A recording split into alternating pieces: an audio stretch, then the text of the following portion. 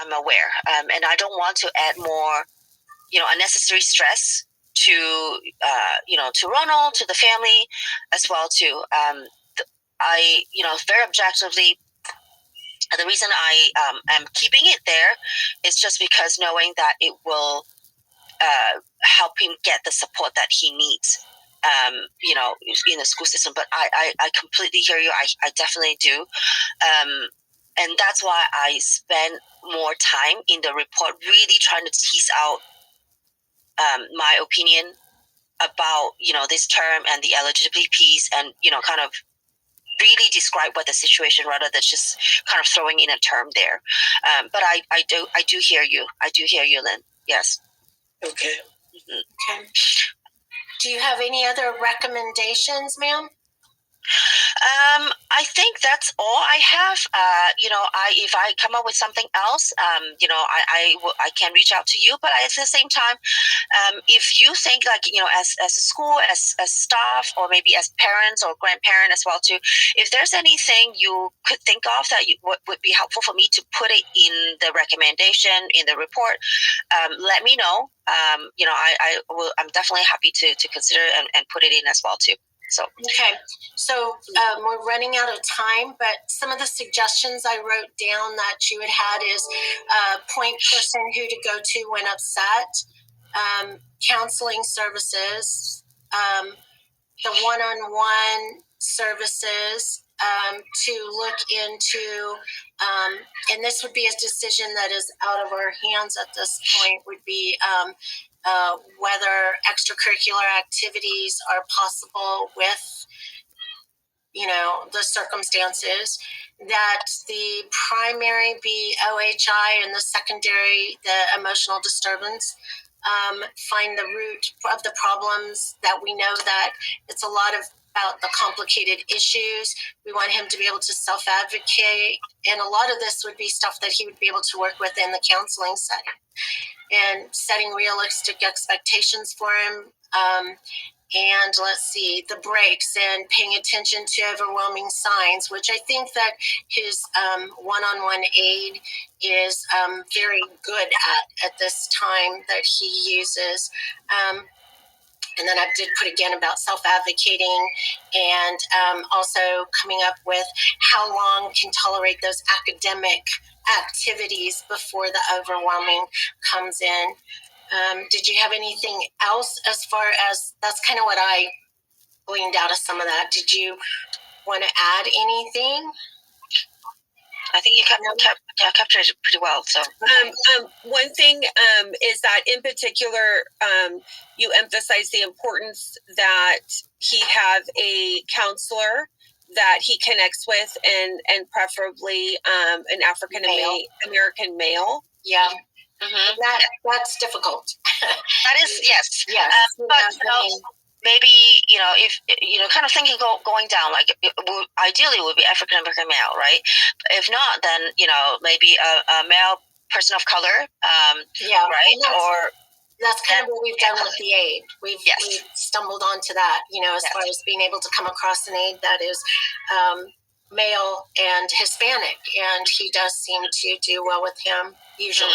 Mm-hmm. So we have made recommendations, and I'm sure you've seen them in the IEP, the most recent one that has not been signed, that we have recommended counseling services. We've recommended behavior services for things like on and off task behavior, and doing things of that nature, like the data you're suggesting. And we've also recommended a class that is at a different site, that is a combination. I guess when I asked about a smaller class size, that was kind of a misnomer. What we had recommended was a class that was co-taught. So it was a special ed teacher and a general ed teacher, and the class size was half and half. And they worked, half typically developing peers, half kids in special ed. That was our recommendation. The FBA, the counseling, in your opinion, are those appropriate for now? Because these were offered. Yeah, those are the offer. I think having smaller class sizes could be helpful in particular subjects, not all subjects. Right. Particularly math, and maybe parts that needs in writing. Do I agree that kind of have him go to another school? Probably not. I could hear family why it's important. Close to home. And also he already has some established social network here, right? Some of the kids he knows from before, from he has established. And in my opinion, I think it is important for him to be able to continue to build his kind of social network here, where he's closer to home. Okay, Yeah. That's fair. Does anybody have anything else that they want to ask? I'm going to have to jump off, but I guess next steps, I guess we incorporated in the IEP, and the IEP couldn't be finalized because it's built around, how we support him to get the best education and his best social interactions. Yeah. Well, we can make some changes to an amendment to put in some of Michelle's recommendations. We don't have a problem with some of them. We do agree that counseling is still appropriate. We still agree that behavior services are still appropriate. We believe as a school that a placement in a class where he would be able to have access to other students, he would be able to push out for electives, but he would also have that help for math, writing when it's necessary. So our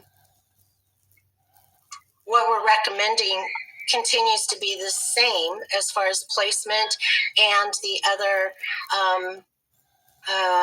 services that we had recommended. The only service that I do think that she hadn't addressed was the behavior support, but as far as the data collection and those kinds of things that would come from the behaviorist would be necessary. And then also, we don't have a problem. Just real quick, Lynn, we don't have a problem with making the primary OHI and the secondary emotional disturbance at this point. That doesn't seem to be an issue. But we can send home an amendment to that. The problem is that we don't have a signed IEP. So we're amending. Oh, I'm sorry. I have to jump off. And so. Okay, so we'll go ahead and send that amendment.